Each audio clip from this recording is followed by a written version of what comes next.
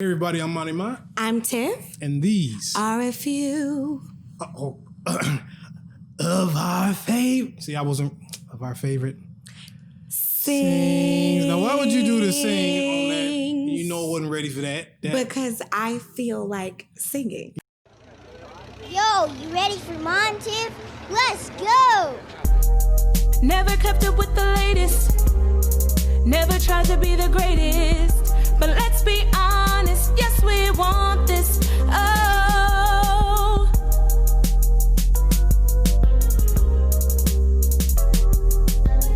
Yeah, okay, you know what? True. Y'all about to find out why. Yeah. Okay. So I had to just mix it up a little bit. I see. I'm allowed.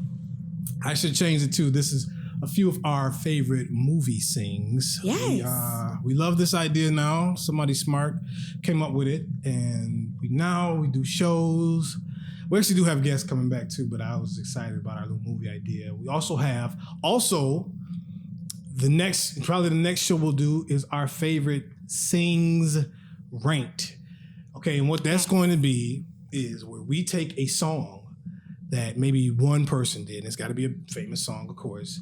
And then we find other people who sang that song, other famous people. We're not talking about your cousin on YouTube, real people. And then we will rank the versions of the song we like best, okay? And you all know you can rely on my ranking. Let me tell you something. Okay. So you sitting high, but a couple people were not happy with you putting Stevie number 7. I'm just telling you that right now. So I heard. The 7th best singer, Stevie Wonder. I understand. So just know that. It was Stevie, and I'm allowed, but it still is not like Aaliyah. No, it's close. I mean, putting not Stevie not number even. 7 is, I don't know. But anyway. Okay, anyway. all right. So we are here with a actual notary. Oh, yes. Which is another ridiculous story. I got sworn in just today. I'll be getting my stamp soon. Holla at your girl. It's another whole thing okay. she be doing. But we watched today Sparkle. Now, we watched before The Blues Brothers. That was our first. And I almost missed it. Our favorite movie scene. Okay, don't start that. Okay. Our favorite movie scene. Tiff had not seen The Blues Brothers. That was my first time. And real quick, I don't know if we can even get a shot. You probably can't. But I blew it because in this hallowed studio, in the corner right there, it is a Jake and Elwood poster that I specifically wanted from The Blues Brothers. And I didn't even give them props when we did the show. A really dope. I totally blew that. It's got the car. It's got all that. But we watched today Sparkle, and we watched the original Sparkle. Yes. And I thought I had seen it, but I guess I had not. So this time I took the lead on Blues Brothers. Tiff is going to take the lead on this because this is her That's pick. fine. Because, see, when you watch it with me, you see it through a different lens. Yes. And you get all extra little tidbits. Oh, yes. Stuff you didn't know you wanted. No. She going to give it to you. Oh, but I'm going to give it to you. So Sparkle is one of my favorite movies. And not just, Sparkle, because we already know this was remade, but the original Sparkle. Now, I was lucky enough, somehow or another, to see this as a child, like young, right? Unbeknownst to my father, because he was like, how did you even know anything about that? But that is a completely different story. So I saw this movie as a child and I fell in love. Yes. I've seen it about 1 trillion times. And even today, there was some things that I just noticed. She knows all of this, y'all. Yeah. Like, she know every song. And dance move. Yes. It's, not trying to toot my own horn, but So they did do a remake with Jordan Sparks and Tika Sumpter. That's who I'm okay. And Whitney Houston is in it, but we watched the original. So give us, what is the premise of Sparkle? So now it's set. First of all, the movie came out in the 70s. I want to say 1976. Okay.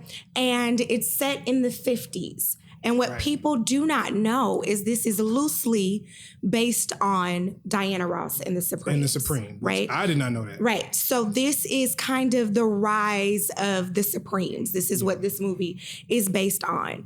Have some people that you are familiar with, more so, one of Monty's favorites. Yes. What's his name? My man, Philip Michael Thomas of Miami Vice fame, of EGOT, the guy that came up with EGOT, did not win an EGOT, but he came up with it. This actually came out in 76, so this is years before Miami Vice. And I didn't know he could sing. I did not know that. At all. He's got a great voice. How do you do 200 shows on a sitcom or a TV show and you never get to sing one time? But like, that's crazy. but it's Miami Vice. At what point when he was busting in? You can just be in a club, do a side piece. You know how many episodes that is? And I now, guess they could have incorporated it. I was somehow. shocked. But yeah, so yeah, this came out in 1976 and it is directed by Sam Osteen. I'm not sure if he did anything else notable. I'm not sure who that, yeah. And it was released by Warner Brothers Pictures. Yeah, Warner Brothers. Right. Now, I believe the budget was $1 million. Can we check this? I'll put it like this. We watched this with someone who pointed out that 90% of the scenes were filmed at night. Oh my goodness. Did you ever notice that? I never noticed that until today. Again, I've seen this movie 1 trillion times. And then it was brought to our attention. And I'm like, you know what? It is always night, isn't it? It is always night. I didn't even really pay attention. Remember why you think that is. Like you were telling me. Okay, so there's a theory with that where if somebody is famous working on a movie, for Back to the Future, Michael J. Fox was still doing Family Ties, which is a sitcom. And the Family Ties people couldn't let him go because he was under contract. And so he would do Family Ties during the day. Then he would film at night. And he talked about how he was always exhausted because he would film all this stuff at night. He's getting like 4 hours of sleep and he's going back and forth. So they filmed a lot of Back to the Future at night. So I feel like maybe it was, I don't know if it was Irene Cara, maybe. Or maybe Lynette McKee. Somebody has some things. Somebody must have, because they didn't see the light of day in this joint at all. I think there was one scene in the beginning, where Sparkle is on the roof with sticks. Yeah. Oh, that's right. Yep. Messing, right. And it was that they were messing, or kissing or what have you, on the roof, and that was the only time that we actually saw the light of day. Yeah. Everything else was at night. It was like they would wait 7:35 and begin. Okay. And we also have to understand too that they were singing in clubs. Yes, right? A lot of. So I mean, day parties wasn't as. They didn't need a whole lot of daylight. At the time. They didn't need a whole lot of daylight. Yeah. And what is interesting enough is that nobody was really of age. Nobody should have even been in the club. That's a great point. That is a really good point. Somehow or another, they were able to perform in these adult clubs during that time. What was Sparkle, like 16? Yeah, man. Seriously. There's a scene where Sparkle and, I keep calling him Sticks, go to a hotel. And the guy says, because he's like, oh yeah, we're married. He's like, do you have a marriage license? And Sticks says, here's the license, and he just slips him some money, which people did back in the day like that. So that's how we know she was definitely underage. Yeah, she was. Because he said, well, how old is Mrs. Such and Such? And he said, oh, she's 18, the legal age, but she definitely was not. So that means she was probably anywhere between 16 and 17, I would imagine. And a half. Yeah, at least. Yeah. The budget for this movie was $1 million. Wow. It only made $4 million in the box office. What? Which was not, they hated it. Okay. They did not like the movie. Like it was, they were really terrified. For what? But go ahead. Like many movies, it was popular amongst African Americans, right? So it kind of became like a cult-like kind of thing for us. We loved Sparkle so much so to where it became popular throughout the generations and ended up being remade in 2012. So we loved it so much, just like Five Heartbeats and all of those other movies. I don't think really did that great in the box office. You're right. They all kind of struggled. Yeah, but these are movies like that we love, right? I kind of don't understand that because a lot of these groups back then would perform in white venues. There's even a scene where Sparkle is performing and everybody in the crowd is white. And so you wonder why they couldn't get love at the box office, but they did get love on airplay and radio and stuff because they were all, now of course these are back in the 50s and 60s and you hear the stories of where the headliner performs, but they got to leave out the back door. Right. They can't, Nat King Cole, always hear him saying that stuff too. But also coincidentally, this is actually Whitney Houston's favorite movie. It was her favorite movie as well. So she's in the remake. But so I want to go into what I feel is my favorite. I'm waiting for that. My favorite scene in the movie, and I will say this, I really enjoyed it. Once I started to realize I hadn't seen it before, I was like, oh man, I hadn't. But You plus, thought you saw it. I really thought I did, but I didn't. But with your commentary, of course, it made it outstanding. But I'll say this, no, there's a bad guy in this. Yes. And he's really bad because, I'm sorry, I'm going ahead of myself. Give us the full synopsis. Okay, so this is three sisters, okay? Right. Now, funny enough, the sister, her name is Sister. So it's three sisters. It's Sister, Sparkle, and Dolores. Yes. Sister is the oldest. I believe Sparkle is the middle. Was she? But see, now I don't really know. It was hard to tell. Okay, so I don't know if Sparkle was the middle child or the baby, right? But we do know that Sister was indeed the oldest. Yeah.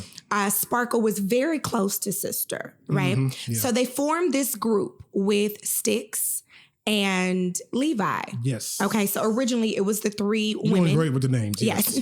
And these are character names I still people call people by their character names. Levi was played by a man named Dorian Harewood, who is a great singer. He was in Polly. Some of y'all remember Polly. My sister loved Polly. He could sing. A lot of these people could really blow. They really could sing for real. Yeah.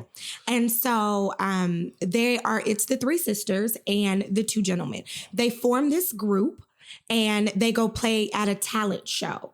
Well, this for the very first time, and the group was named the Hearts, right? Yes. Remember, right. Remember the MC, first of all, is a comedian. He was straight giving them gas. Yeah, and he's just clowning everybody that comes through, right? Yeah. And it's like a Apollo vibe, right? So if they do not sound good, they're gonna like rush you off the stage. That's right. Right? So cable. Right, get out of here. So the Hearts, come on, is the name of the group. And they kill it. Mm-hmm. They kill it. Everybody loves them. But now there's not really a demand for a group with women and men. Right. What they really want is the three. So now I made a joke because in the beginning of the movie, the scene is they're opening in the church and they're singing in a choir. Oh, that's right. Yeah, so all three of the sisters are singing in the choir, but the one sister is she got a carnal vibe that she's giving off. She looks like she's sticking out in that choir. You could tell. In the choir, she looks like she did not come up from amongst them at all and be separate. So she, so she was the cool sister, if you will. And so they go out, they kill it, right? So now they form the group. And it's literally called Sister and the Sisters. Mm-hmm. Okay, is the name of the group. So now they make a little money from the talent show. They've been doing this, and they make enough money to buy these signature red dresses. Okay. They were popping too. Like, the dresses were amazing. They all looked amazing. Now at this point, you can tell like they're a little bit out of the chitlin circuit, right? They got a little change on them. Yeah. And they have these red dresses on. They look amazing. They have jewelry, hair is done, and they go on and they sing, what can I do? Yes. Boom, boom. Right. They sing this, right? And that's nothing to be, because I will keep going. She will give you all I'm telling you, that's my jam. She did the whole film. Yes. They sing this song, right? And they have these signature red dresses. What Monty did not remember. This blew me away.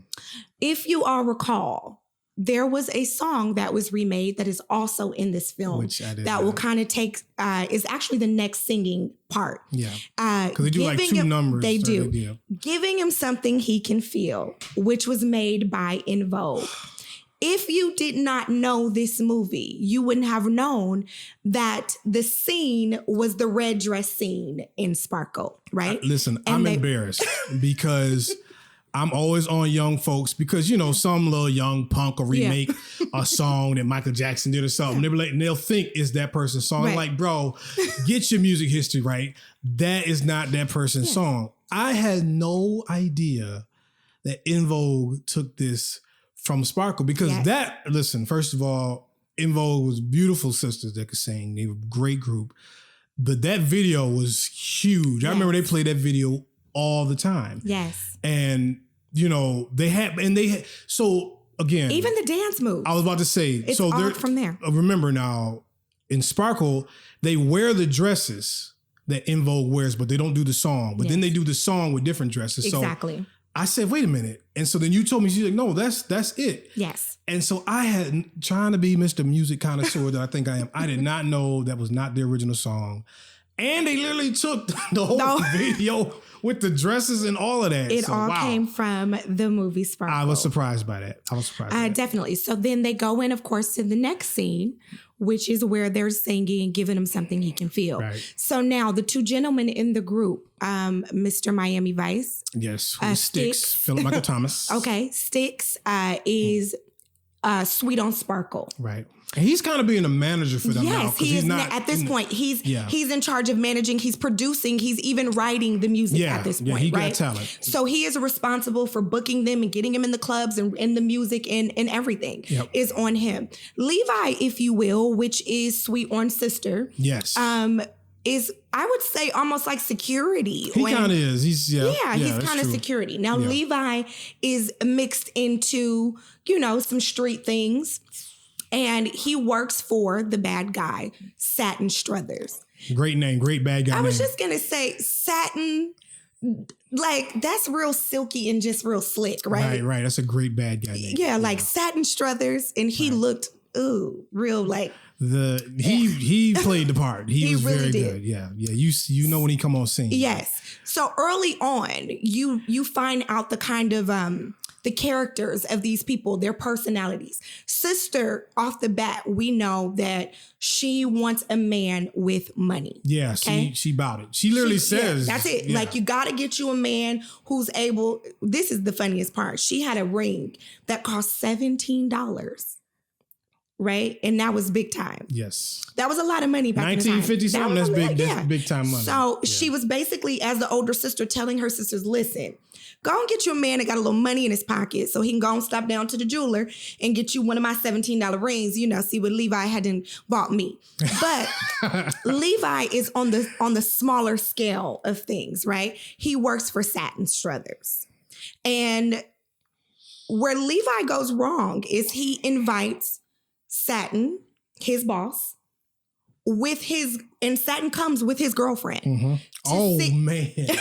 To see Sister and the Sisters. Okay. So imagine, like, listen, you got to come check my girl out, right? Her and her sisters got this group and they popping. Come on down there. So they go on down to the club. Well, now Satin has his eyes set on Sister. As soon as he sees Sister, he's like, yes. This is who he wants, right? Big mistake. But we already know Sister wants somebody with money. Right. So Satin is the man. So she basically leaves Levi. But wait, whoa. let me stop right here. This Satin guy, as soon as the show is over, he goes to the dressing room. Yeah. He's basically like, Sister, it's me and you. Now he's with his woman. Yeah. So then he tells the woman, we're going to call you a cab and you out the door. And of course she's like, what? This guy, he punches the girl in the stomach. Right in the gut. Takes off the mink and then just throws her out. So now you solidified your hate for this guy. Because come on now. But remember who he had escort her out. Oh, that's a good point. He had Levi. Escort his woman out. Yes, he did. While he now goes in there and literally steals Sister from him. Yes. Right? He got him taking his old girl out while he takes his girl. Wow. I didn't even. Man, you're right. What about your friend? I'm telling you. Man. Right. So now he's dating Sister, right? And Dolores, which is the other sister, because we don't know if she's the baby or the middle. But see, wasn't Jordan Sparks the youngest one in the new one? Yes. So maybe we'll go with that. We'll go with that. So now Sparkle is the closest. She admires her sister. She says this from the very beginning. She kind of mimics her. She wants to be like her. And even Sticks, when he's trying to date her, is saying, you look so pretty. And he's like, oh, well, Sister's fixed my hair today. And Sister did this. And he's like, why are you always talking about your sister? Because she is so fine and I want to be like her. So she loved her sister so much. And then there's the other sister who is kind of like she's not taking no mess. She's not for it. Yeah. She's not for it. So now sister again, she's now dating Satin Struthers. And wow, what a mistake. That was a horrible mistake. You see the downward. Because now at this point, he starts to beat her up. Yep. So now she's coming into rehearsal and she has black eyes. And now Sparkle is now saying to her, you know, don't worry about it. She's getting her, like feeding into it, getting her whatever it is that she needs. Right. She's enabling. Yes, she's definitely enabling her. So at this point, they now notice that sister is doing drugs. Sparkle is actually going to go get the drugs for Sparkle. her. Yeah, and covering up her face with the makeup. And Dolores, the other sister, is like, hold up. Like, you are about to let this man beat you. Pull you into the gutter. And you see with Sparkle, there is an idolization of her sister to the point that, which is real. Yeah. She's going to look past the things she sees because she just idolizes. Now, Dolores is like, no, this is crazy. Yeah. You getting beat on. You know, of course, sister don't want to hear none of it. But you see the dichotomy of the sister, of their whole... Absolutely. And like you said, she idolizes her. So she's looking past all of that. Yeah. Then the mother also warns sister, like, listen. Oh, yeah, mama there. I know a gutter rat when I see one. She said that. Yeah. Like, you have to leave him alone. And sister is just like, he is as big time as it gets because he has money. So that's all she really cares about. That's all she wants is, and now, mind you, the mother is a maid. Okay, so they were raised poor. Right. The mother is a maid. She worked, you know, as a maid their entire life. So the fact that she was able to get a man with some money, to her, it was like she made it. Right. So he's beating her. She's now addicted to drugs, right? Completely addicted. Strung out, really. Yeah, she's just, it's sad, you know? Yeah. Meanwhile, Levi now goes to Satin and he's saying, give me some more responsibility because I need more money. Because he knows, I would like to think that he thought he was going to get his girl back. See, that's what I think. If he had a little bit more money, then maybe he could get his girl back. See, okay, so we're going to stop there for part one because I'm going to talk about why the bad boys get all the play and the good bros don't really get a lot of attention sometimes. So we're going to stop. This part one. Yeah. Stay with us. We will do part two. We'll give our favorite scenes, a little more trivia as well. This is our favorite movie sings. Yes. Tiff, thank you. She's doing a great job. I mean, let me tell you something. It's great to watch a movie with Tiff because, again, she gives you, she was telling me stuff that I wouldn't have known. You know what I mean? Now, sometimes, fellas, we know when you watch a movie with a woman and she hasn't seen the movie, you're going to get 3,000 questions, Lord Jesus. But when she knows it, it's a wealth of knowledge. So come back. We got another part coming with you guys. All right. Be blessed. Stay sharp. Yes. This has been a production of the Mighty Sharp Network. Executive producer is Monty Mont. Watch the corners and always stay sharp.